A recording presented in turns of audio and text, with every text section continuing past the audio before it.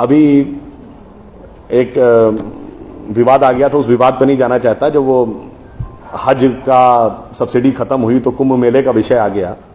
कुंभ मेला हम सब जानते हैं। कुंभ मेले का एक एस्पेक्ट आप लोगों ने कभी ध्यान दिया है? कुंभ मेला कितने साल में एक बार पड़ता है? 12 साल में। 12 साल में एक बार क्यों पड़ता है? क्योंकि वो जुपिटर की साइकिल पर आधारित है। बृहस्पति ग्रह हर 12 वर्ष के बाद अपना एक चक्कर पूरा करके उसी राशि में दोबारा आता है, इसलिए कुंभ मेला 12 वर्ष में एक बार पड़ता है। हजारों सालों से चला आ रहा है, ठीक है। तो इसका मतलब हमको पता था ना कि बृहस्पति की साइकिल 12 साल की है। इनको तो अभी 100 साल पहले पता चला कि बृहस्पति की साइकिल 12 साल की है। और उसके बाद हमको समझा दिया जाता है नहीं साहब हम अनसाइंटिफिक थे। अब आप एक और बड़ी मजेदार बात देख लीजिए।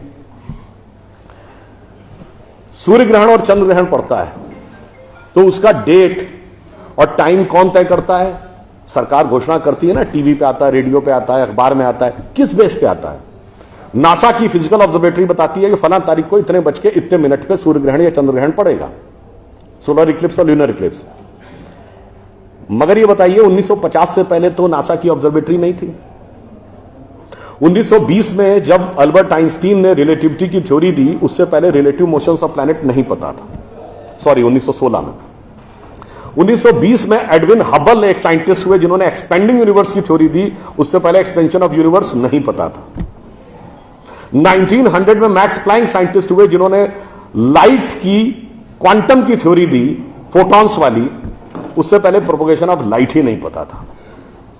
1897 में जे टॉमसन ने इलेक्ट्रॉन खोजा, उससे पहले आप मानते थे एटम अनडिविजिबल है।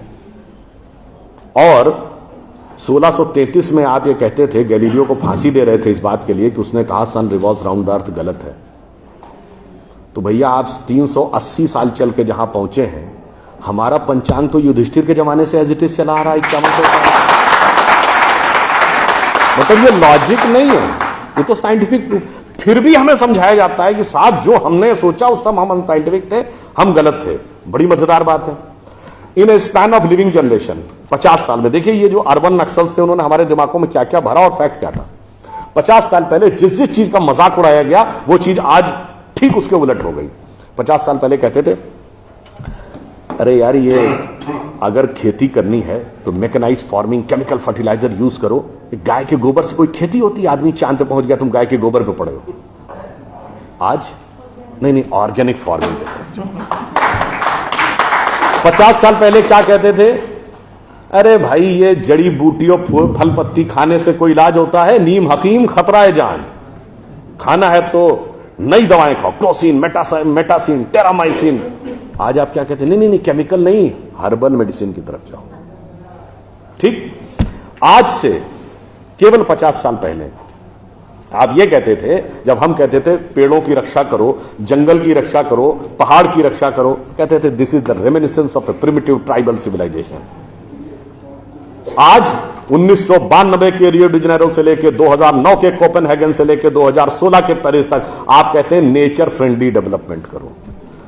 भैया सब कुछ उलटता जा रहा है। जो हमने कहा, जिसका आपने मजाक उड़ाया, वो सब कुछ सही होता जा रहा। अब मैं एक और बात कहूंगा जिसका कि बहुत मजाक उड़ाया गया, शायद हम लोग कभी ध्यान नहीं देते। भारत में यह कहा जाता था कि ज्ञान प्राप्त करना है तो ध्यान लगाओ। संत महात्मा जाके गुफा में ध्यान लगाते थे, पीर फकीर जाके कहते थे इल्हाम हो जाएगा। लोग कहते थे क्या बेवकूफ है, हाउ इज इट पॉसिबल? ऐसा कहीं हो सकता है क्या कि जाके ध्यान लगाया और ज्ञान प्राप्त हो गया? If you want to attain knowledge you must outreach, understand the things, meet the people, visit the place, like what Darwin has done. अब 50 साल बाद मैं आपसे पूछता हूं, आपको न्यूयॉर्क टाइम्स अखबार पढ़ना है तो 2 रास्ते हैं। एक, यहां से दिल्ली से न्यूयॉर्क की फ्लाइट पकड़िए, 16 से 22 घंटे लगेंगे डिपेंडिंग अपॉन योर फ्लाइट, और आज का अखबार कल पढ़िए। और दूसरा है कि मोबाइल पे डाउनलोड करिए खट से और पढ़ लीजिए। क्यों? आपके हाथ में डिवाइस है, जिसने डिवाइस बनाई उसने सॉफ्टवेयर भी बनाया है, और जिसने सॉफ्टवेयर बनाया उसने सपोर्टिंग नेटवर्क भी बनाया है। उसी ढंग से हमारा शरीर एक डिवाइस है, तो इसके अंदर मन, बुद्धि, चित्त, अहंकार और कॉन्शियसनेस एक सॉफ्टवेयर है, और उसका कनेक्टिंग नेटवर्क भी है। बस नेटवर्क से कनेक्ट होना है और सब डाउनलोड है। और अंत में मैं एक उदाहरण दूंगा। सब कुछ कहा जाता था कि पैसे के कारण शोषण हुआ, इसलिए खड़े हो जाओ, लोगों के साथ भिड़ जाओ। हमारे यहां परंपरा में त्याग का महत्व था। हम आपसे पूछें, दो राजा बताइए जो सबसे बड़े महान माने गए भारतीय संस्कृति में, राजा राम और राजा हरिश्चंद्र। दोनों इसलिए कि त्याग किया, इसलिए नहीं कि बड़ा बड़ा इलाका अलेक्जेंडर द ग्रेट की तरह कब्जा कर लिया। अब मैं एक आपको उदाहरण देता हूं, वो त्याग कैसे समाज में रचा बसा था। हमारे पूज्य संतों में से एक हुए संत रविदास, काशी के रहने वाले थे। उनके पास भगवान राम की एक मूर्ति थी। काशी नरेश उनके पास गए, कहा जाता था इतनी सिद्ध मूर्ति है, आप कृपया इसे मुझे दे दीजिए। ऐसी मूर्ति राजा के पास होनी चाहिए राजभवन में, ना कि इस पे मैं इस मूर्ति के वेट का 10 गुना सोना आपको दे दूंगा। उन्होंने मना कर दिया। उन्होंने कहा जी इसके वेट का 100 गुना सोना दे दूंगा। उन्होंने मना कर दिया। तो राजा को थोड़ा क्रोध आ गया। उसने कहा ऐसा है रैदास जी, आज जिस झोपड़ी में रह रहे हैं इसमें जितना सोना आ सकता हो नीचे से ऊपर तक उतना भर लीजिए, उतना मैं आपको देने को तैयार हूं। तो एक बार उनकी पत्नी का मन आया कि भाई ऐसा बढ़िया ऑफर नहीं मिलेगा, अब हमें इस पर विचार कर लेना चाहिए। रैदास ने क्या जवाब दिया? एक मोरो राम नाम धन, एक मोरी आशा, ऊ धन आई है ई चले गई हैं, ना चाहे भगत रैदासा। मना कर दिया। रैदास जी क्या थे? वो जूते बनाते थे, आज की परिभाषा के अनुसार दलित थे। अब आप आइए, संत कबीर जुलाहा थे, आज की परिभाषा के अनुसार ओबीसी।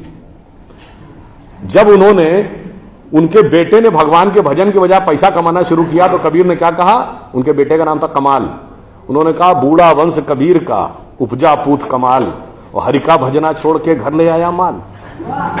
यानी उन्होंने उसको डिस्कार्ड किया। आप त्याग में रह के दिखाएंगे।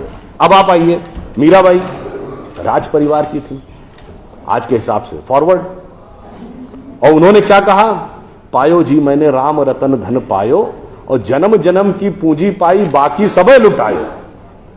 उन्होंने भी पैसे की तरफ नहीं रहा। और अंत में ये सब एक ही कंटेम्परेरी है, तुलसीदास जिन्होंने रामचरितमानस लिखी, वो ब्राह्मण थे, फॉरवर्ड आज के जमाने के हिसाब से। कहा जाता अकबर उनके पास गए। अकबर ने कहा कि आप हमारे दरबार में आकर स्थान ग्रहण करिए, हम आपको 60,000 की मनसबदारी देंगे। उस जमाने में मनसबदारी एक रैंक होती थी। तो जैसे 40,000 की मनसबदारी वॉज मैक्सिमम, 60,000 का मतलब हुआ कि राजा के बाद सबसे बड़ा स्टेटस आपका होगा। तो तुलसी ने क्या जवाब दिया? हम तो सेवक राम के हियो धरो दरबार, हमारे तो हृदय में भगवान राम का दरबार धरा हुआ है। तुलसी का अब होएंगे नर के मनसबदार। ये मैंने क्यों बताया? जो बातें ये अर्बन नक्सलिस्ट समझाते हैं कि शोषण किया गया, कैपिटलिज्म किया गया, अगर मार्क्स ने कहा धर्म एक अफीम है जो गरीबों को पिला दी जाती है ताकि अमीर उस पर हुकूमत करता रहे, पर यहां ऐसा नहीं था। मैंने दिखाया समाज का निचला वर्ग हो, मध्यम वर्ग हो, उच्च वर्ग हो, राज करने वाला वर्ग हो, सबने कहा जो त्याग करेगा वो महान होगा। इसीलिए हमारे यहां महात्मा गांधी महान हुए, ना कि प्रधानमंत्री रहने वाले नेहरू महान। तो इसलिए मैं अंत में ये कहूंगा आप सभी लोगों से कि ये जो